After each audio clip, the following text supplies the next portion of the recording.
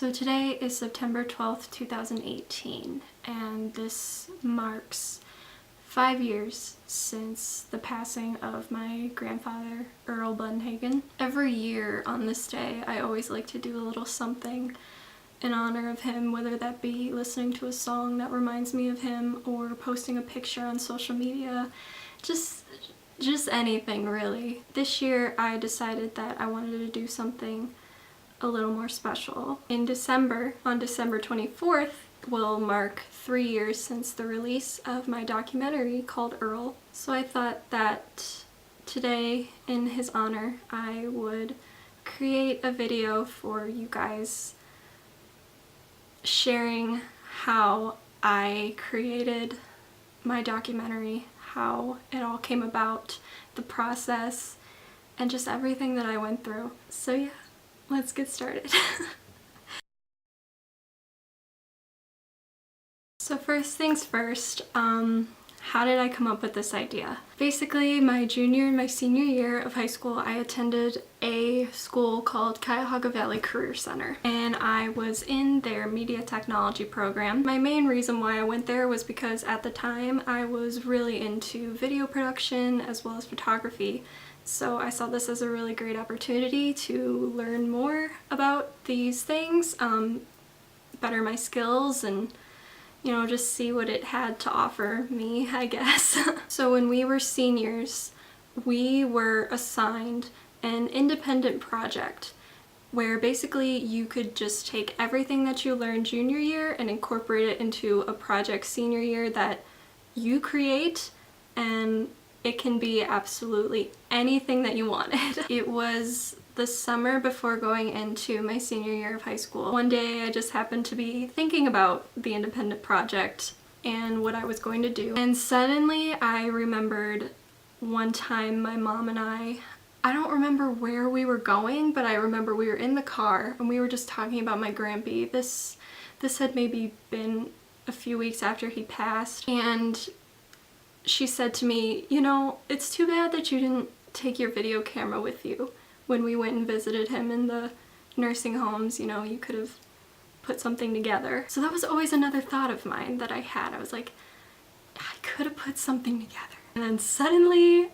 I was like, oh my gosh, like I know exactly what I'm gonna do for my project. I saw this as the perfect opportunity to create something because I had all the equipment I needed, I had all the cameras, I had the editing software, I had other people that could have helped me, like I had everything I needed. So I was like, why would I not do this? And I can do it because I'm allowed to create any type of project that I want. How I first envisioned the documentary was having my entire family in it, and I was planning to interview all of them individually. So that would include myself, my brother, my mom and my dad, my 3 cousins, Emma, Jack, and Quinn, my Aunt Missy and my Uncle David, as well as my Grammy.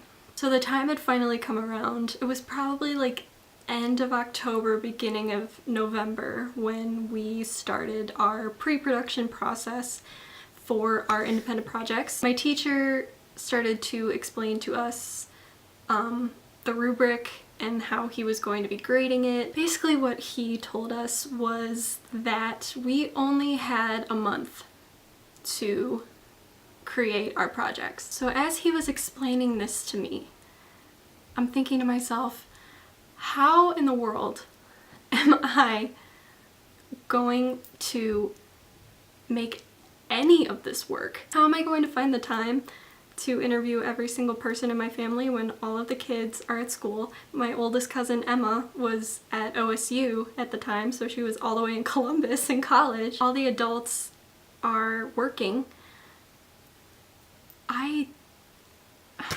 I'm like, there's no way that I can do this. So I started to get really discouraged, and I almost just completely dropped the idea. And I remember going home to my mom that day and just telling her how upset I was, and I'm like, I can't do this, like I don't think that I can make it work. But then suddenly my mom said to me, she was like, well, why don't you just do it yourself? why don't you just have it be you? And at first I was like, no, I can't. I wanted to have everybody. It's gonna impact the viewer more if it's the whole family and not just one person. So then I just kind of sat there for a couple minutes, and then I thought about it again, and I was like, you know what? That's actually not that bad of an idea. So I ended up going through with it after all. So shout out to my mom. Thank you, Mom, for always knowing what to say.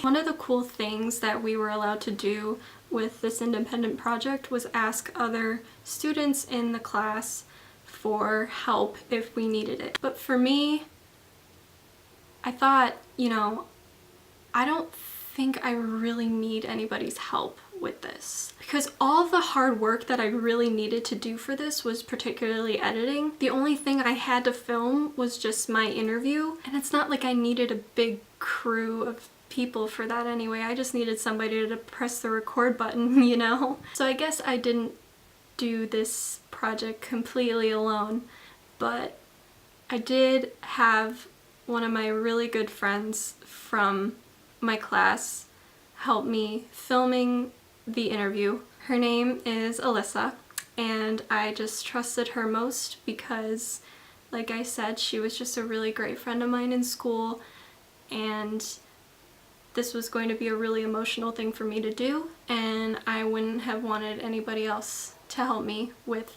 that. So I told Alyssa, I was like, girl, we're gonna film it all after school. We can just do it in my basement. We filmed that whole interview of me in my basement. We literally started filming probably around 3 o'clock, and Alyssa didn't leave my house till like 9:30 at night. We worked so hard all night, but it truly meant a lot to me, and I wouldn't have trusted anybody else to help me with this. So thank you, Alyssa.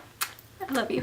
That next day, I took all of the footage and started putting it into our editing software, and I just kind of started to get an idea, at least for the introduction of the documentary. In the very first shot, I walk in and I just kind of give a little explanation as to what you are about to see in the film. The whole plan originally was for me to just have the film in color, but when I went back and watched that very first shot of me walking in, it's slightly, very, very slightly out of focus. So what I started doing is I thought, well, maybe if I just kind of mess around in color correction, if I start adjusting brightness and contrast and stuff, maybe I can make it not noticeable. So I started kind of messing around with it, and when I got to saturation, I turned it all the way down and I put it in black and white.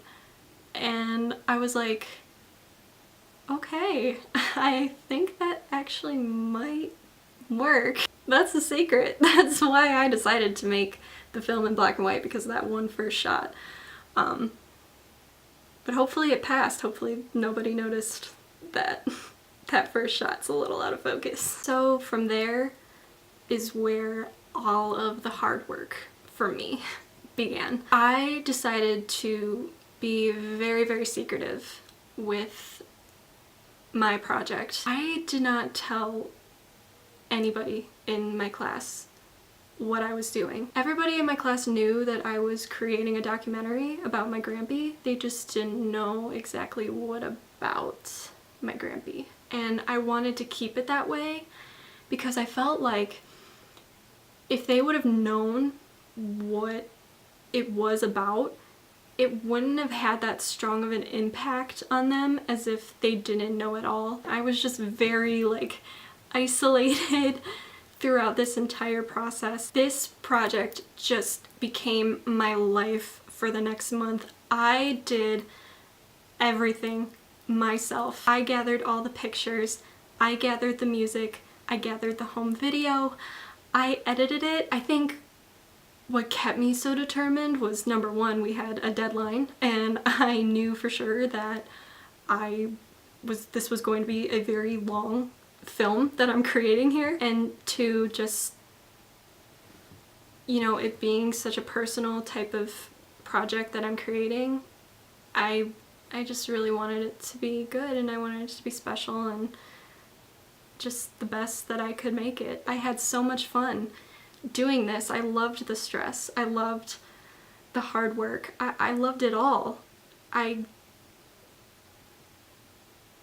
As difficult and as much of a task this was for me to do in such a short amount of time, I just loved every second of it. Although, you know, I did work extremely hard on it every single day, and it was, you know, a film I was creating and something that needed to be good, and I wanted to get a good grade on to just, you know, overall just be a really great outcome. I found myself getting emotional sometimes when I was in the middle of editing. I had points where I kind of had to sit there for a second and compose myself, because I would notice I'd start tearing up while I was watching some of the things that I was editing. I remember when I was editing the part where I explained what happened the day that he passed away. I got really emotional watching it,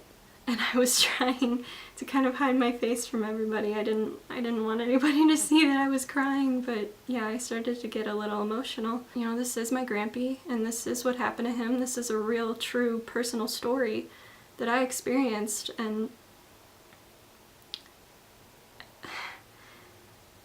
it was just, it was difficult for me sometimes, having to watch it myself. And the day had come where we were going to be showing each other our first drafts of our projects, which is something that we would always do. We'd watch our projects and critique them, give feedback, maybe if there's some things that we could change. You know, this was my baby. Like, this was my project.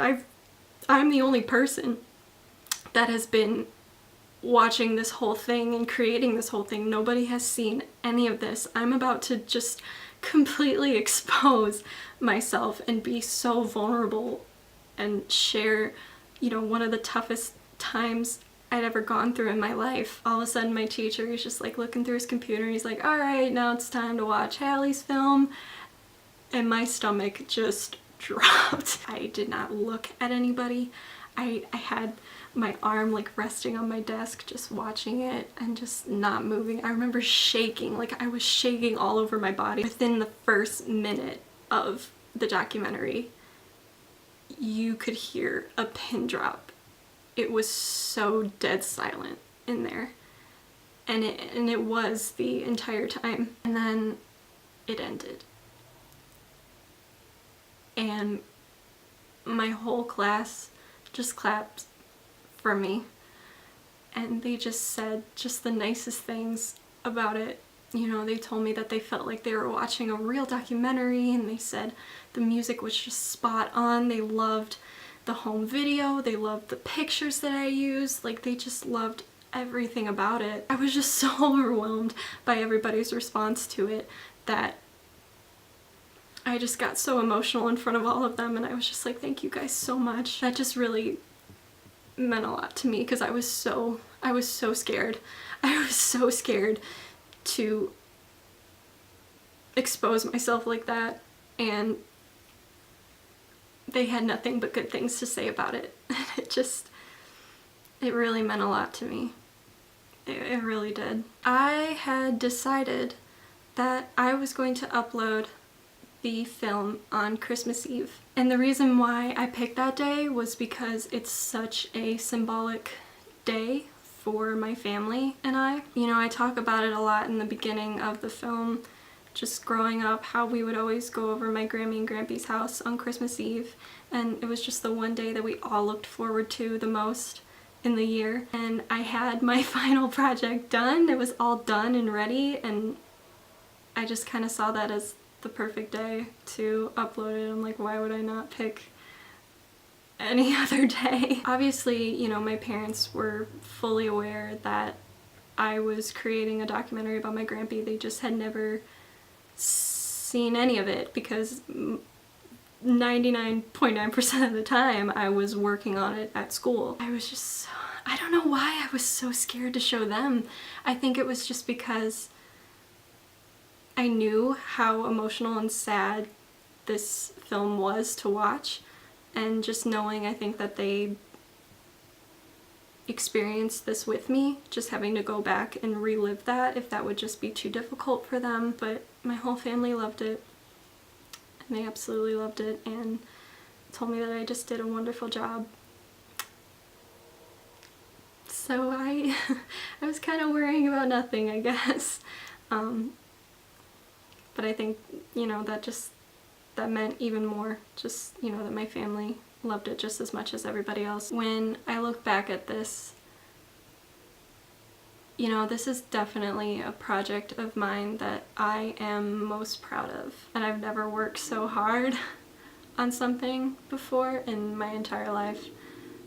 And it's always going to be, you know, a really special thing that I made, and it's going to have a special place in my heart forever.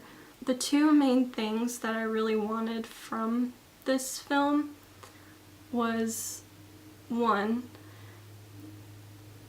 to share my story to other people out there that might be struggling. I felt like this could maybe help someone else. You know, I'm just trying to prove here that, you know, there is life after a tragedy in your life, and there's life after a struggle, that, you know, you can get through difficult situations in your life, and things do get better, and you do learn to live life without somebody that, you know, you've loved. And second, I just made it just because of the love that I had for my Grampy.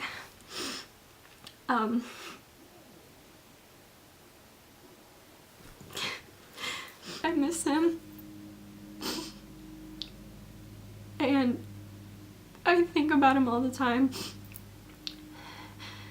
And this will always be just one of the most hardest losses my family and I have ever gone through.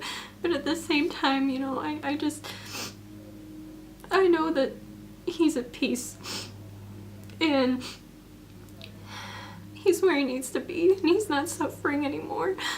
And as much as I wish that that was here with us, he's in a better place. I was just the luckiest girl in the world to have had a grandfather like him. I have some of the most fondest memories with him that I will just keep in my heart forever. He was just so loving and caring, and was such a family man. He would do anything for us grandkids, and I was so lucky to have called him my grandfather, and that's just what I was hoping was going to be displayed throughout the whole film, because I loved him. I loved him to pieces, and I just hope that one day I can just be half of as incredible as a person as he was. And I just really hope that I'm making him proud.